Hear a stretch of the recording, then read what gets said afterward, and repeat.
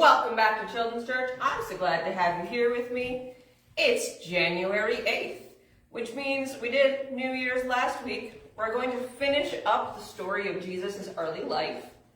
And we just passed Epiphany, which is my favorite holiday we don't celebrate because it's got lots of lights and candles. And it's the end of the Christmas traditional holiday season, which is sad, but it also means we get to talk about some wise men. Today's lesson is called Follow That Star. That's going to be backwards for you guys, I just realized. Follow that star. There we go. You're welcome. We're going to be in the book of Matthew 2. Let's see how fast you can open it. I'm going to count to 6. Ready? 1, 2, 3, 4, 5, 6. Did you beat me to the book of Matthew? I don't think you could have. I opened it before we started filming, and I'm going to start reading. Are you ready? We're jumping right in Matthew chapter 2. After Jesus was born in Bethlehem of Judea in the days of King Herod, wise men from the east arrived unexpectedly in Jerusalem, saying, "Where is he who has been born King of the Jews? For we saw his star in the east and have come to worship him." When King Herod heard this, he was deeply disturbed, and all of Jerusalem with him. So he assembled all the chief priests and scribes of the people and asked them where the Messiah would be born. In Bethlehem of Judea, they told him, because this is what was written by the prophet. "And you, Bethlehem, in the land of Judah, are by no means the least among the leaders of Judah, because out of you will come a leader who will shepherd my people." Then Herod secretly summoned the wise men and asked the exact time the star appeared. He sent them to Bethlehem and said, "Go, search carefully for the child. When you find him, report back to me, so I too can go and worship him." After hearing the king, they went on their way, and there it was, the star they had seen in the east. It led them until they came and stopped above the place where the child was. When they saw the star, they were overjoyed beyond measure. Entering the house, they saw the child with Mary, his mother, and falling to their knees, they worshipped him. Then they opened their treasures and presented him with gifts, gold, frankincense, and myrrh. And being warned in a dream not to go back to Herod, they returned to their own country by another route. After they were gone, an angel of the Lord suddenly appeared to Joseph in a dream, saying, "Get up, take the child and his mother, flee to Egypt, and stay there until I tell you, for Herod is about to search for the child to destroy him." So he got up, took the child and his mother during the night, and escaped to Egypt, and stayed there until Herod's death. So that was spoken by the Lord through the prophet, so he might be fulfilled. "Out of Egypt I called my son."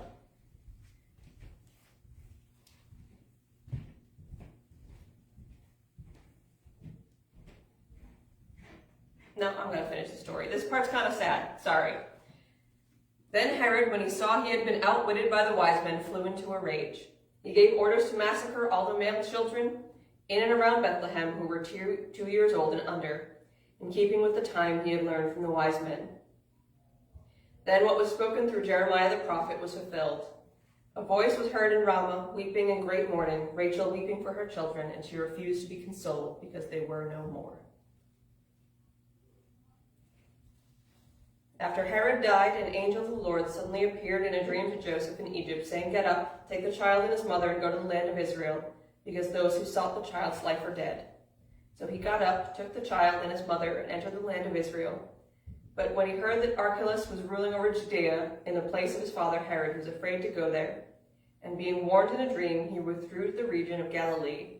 Then he went and settled in a town called Nazareth to fulfill what was spoken through the prophets, that he will be called a Nazarene. Wise men from the east. It's not terribly specific. There's a lot of biblical scholarship about where they might have been from, who they might have been. That's not really important for our lesson today. All through the Christmas season, we started in Advent. We're ending 2 days after Epiphany. We have been talking about people who watched, people who listened, people who waited, and people who were ready to hear the news of Jesus. These men were not children of God. We know that.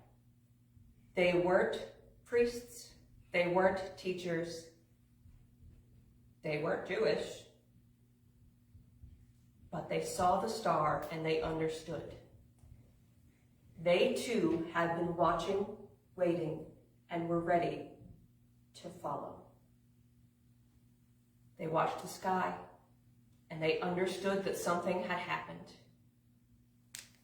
They were ready. They went out and they followed the star. And when they saw, they understood and believed. Now, when it says 2 years old or younger, that means it took them 2 full years from when they saw the star to reach Jesus in the town of Bethlehem. Jesus was a toddler. He was running around, probably putting things in his mouth he definitely shouldn't have, and causing his mother no more than a few gray hairs. Listen, the Bible has never once said Jesus was a perfect child. It only says he was one of us. I don't know if you guys have met a 2-year-old, but I promise it was not as elegant as it is in the paintings. 2 years, they stayed the course. They followed the star because they knew something miraculous had taken place. The shepherds saw, Mary knew, Joseph persevered, the angels came, and the wise men followed the star with no other reason than wanting to worship the Messiah who would come. So we watched, we waited, we listened, we were ready, and we followed. That's what we can take away from Advent, is those 5 things that will put you on the correct path as a believer. We're watchful, we're waiting, we're listening, we're ready, and we follow where Jesus is taking us. I hope you guys had a wonderful New Year. We'll be back next week with some non-Advent lessons. But I'm so glad you guys joined me today. Have a wonderful week. Bye.